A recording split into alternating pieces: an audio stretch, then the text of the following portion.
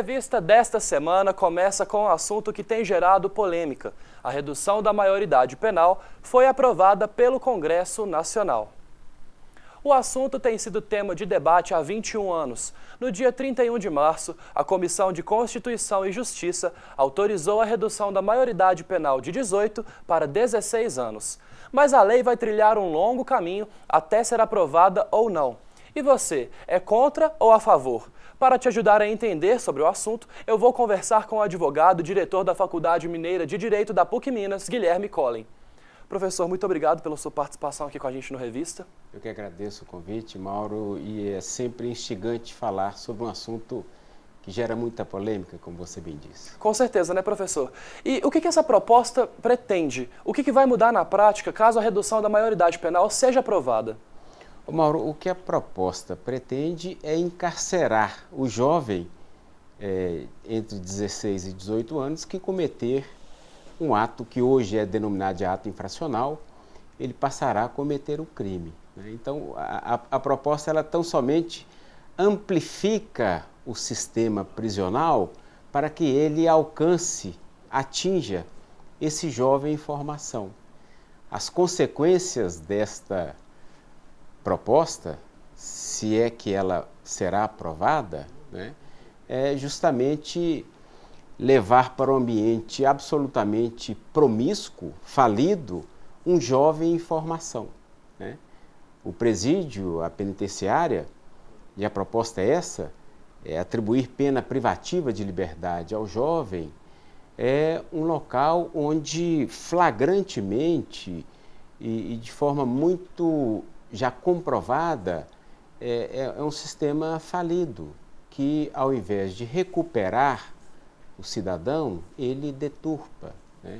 E o cidadão que passa pelo cárcere sai pior do que entrou.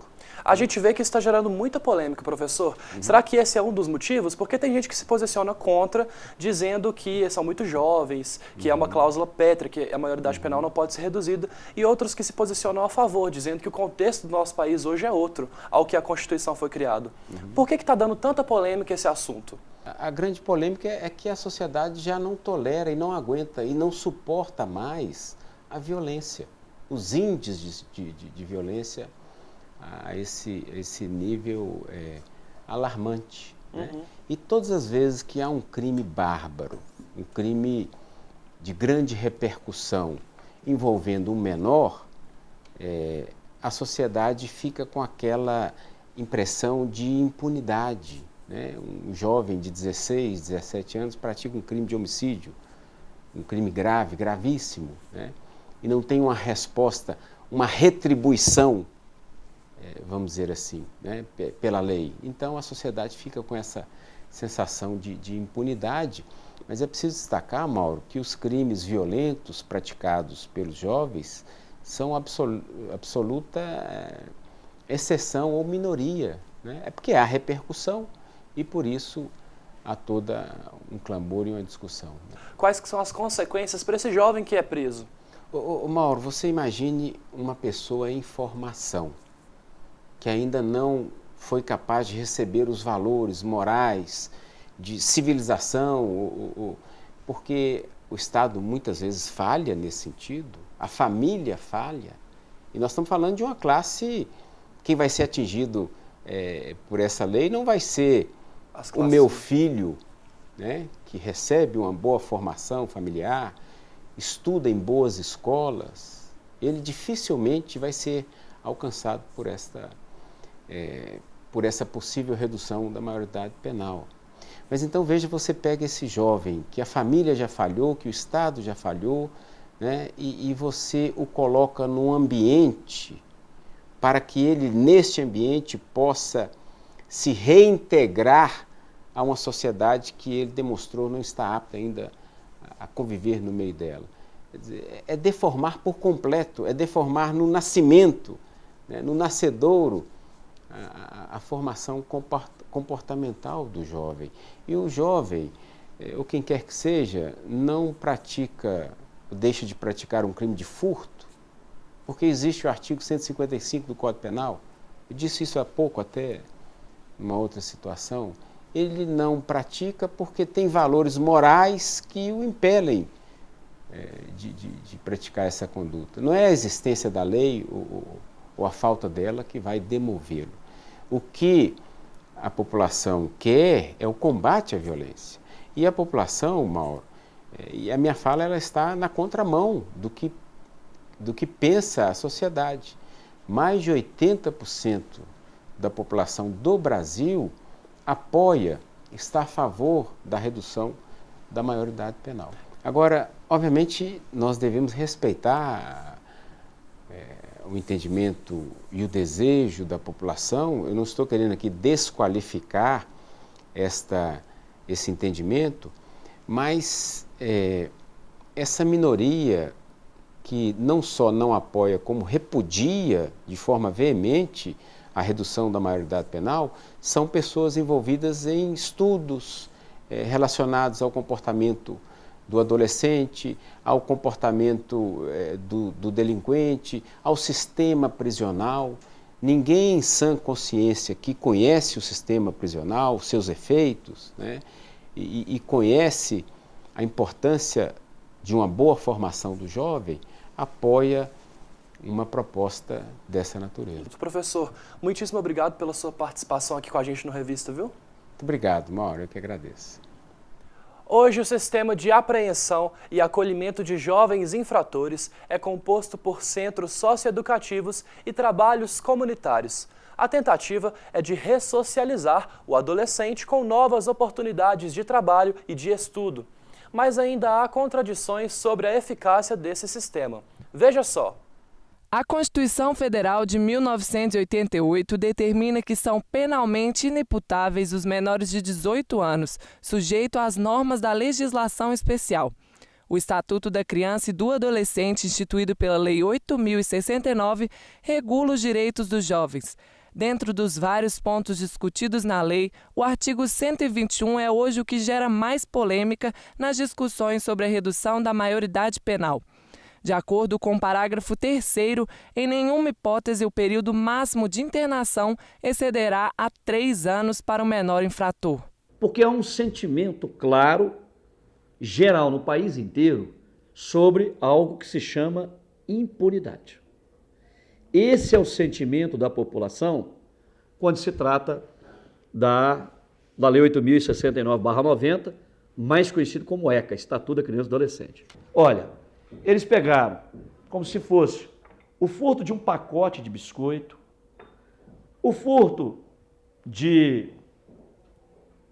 uma cesta básica, o furto de um celular, o furto de um carro, um homicídio e um latrocínio, tudo ficou balizado na mesma lei. Em Minas Gerais, há cerca de 1.930 adolescentes privados de liberdade. Ao ser apreendido, o menor infrator é levado para um centro socioeducativo, como explica Bernardino Soares, superintendente de gestão de medidas de provação de liberdade da Subsecretaria de Atendimento às Medidas Socioeducativas. O adolescente, quando ele é apreendido pela Polícia Militar, ele é encaminhado para a Polícia Civil, que encaminha esse processo para o Ministério Público, que produz uma denúncia ao Poder Judiciário. O Poder Judiciário analisa essa denúncia e aí decide pelo acautelamento provisório, pela internação, pela semi-liberdade ou por medidas em meio aberto e advertência. O sistema socioeducativo ele possui uma taxa de recuperação que gira em torno de 20%. Essa taxa de recuperação, comparada ao prisional, ela é bem superior. Então, a cada 10 pessoas que entram no sistema socioeducativo, 8 não retornam nem para o sistema socioeducativo e nem vão para o sistema prisional. Já a taxa nacional, a taxa média nacional do sistema penitenciário é de 70% retornam para a criminalidade. Isso representa que a cada 10 pessoas que entram no sistema prisional, 3 não retornam. Ou seja, o sistema socioeducativo ainda é mais eficiente. Entre as pessoas que executam a medida, há um consenso de que a maioridade penal não é uma solução para a solução do crime.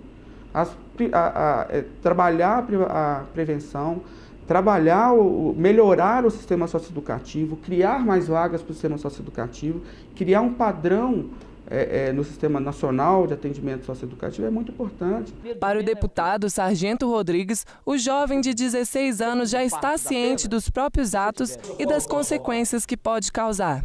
Eu entendo sobre dois aspectos. Primeiro, o menor de 16 anos está apto a entender o caráter ilícito do crime. Isso é fato. Nos dias de hoje não há o que ser questionado. E qualquer um de nós que fizermos entrevistas com os próprios adolescentes de 16, 17 anos, eles mesmos, a maioria, são favoráveis. Eles mesmos são favoráveis à redução da maioridade. Por quê? Porque eles entendem que eles já reúnem capacidade suficiente para poder entender o caráter do crime. Porque a defesa é essa. Ou então a defesa, não vão reduzir porque cadeia não conserta ninguém. Certo? Cadeia não é para consertar. Entre os que estão a favor ou contra a maioridade penal, há um consenso de que deve haver uma profunda discussão sobre as modificações a serem feitas no Estatuto da Criança e do Adolescente antes que elas sejam efetivadas. Apesar da gente acreditar que o sistema socioeducativo ele tem essa garantia de uma eficiência melhor, que ele consegue tratar esse adolescente, atender esse adolescente com mais qualidade, a gente acredita que aumentar o tempo dele, a discutir o aumento do tempo dele, baseado no que o ECA estabelece, seria uma boa proposta. Então o garoto, ao invés de ficar somente 3 anos, acautelados por um latrocínio, por exemplo, que ele pudesse ficar 4, 5 ou 6. Então acho que essa é uma mudança que a gente poderia fazer a princípio no ECA. O Palácio das Artes continua a tradição de mostras de cinema e traz nesse mês de abril longas do gênero road movie. Com uma vasta produção a partir dos anos 60, os filmes retratam protagonistas se deslocando de um ponto a outro, com ou sem destino, e como eles mudam a maneira de enxergar a vida e o mundo.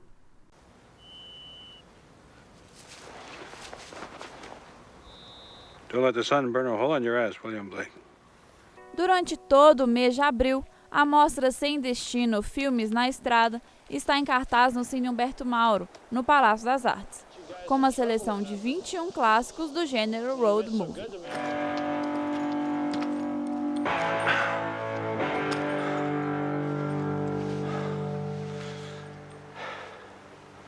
As exibições acontecem de segunda a domingo. Todas as sessões são gratuitas e os ingressos são distribuídos meia hora antes do início da exibição. Não perca!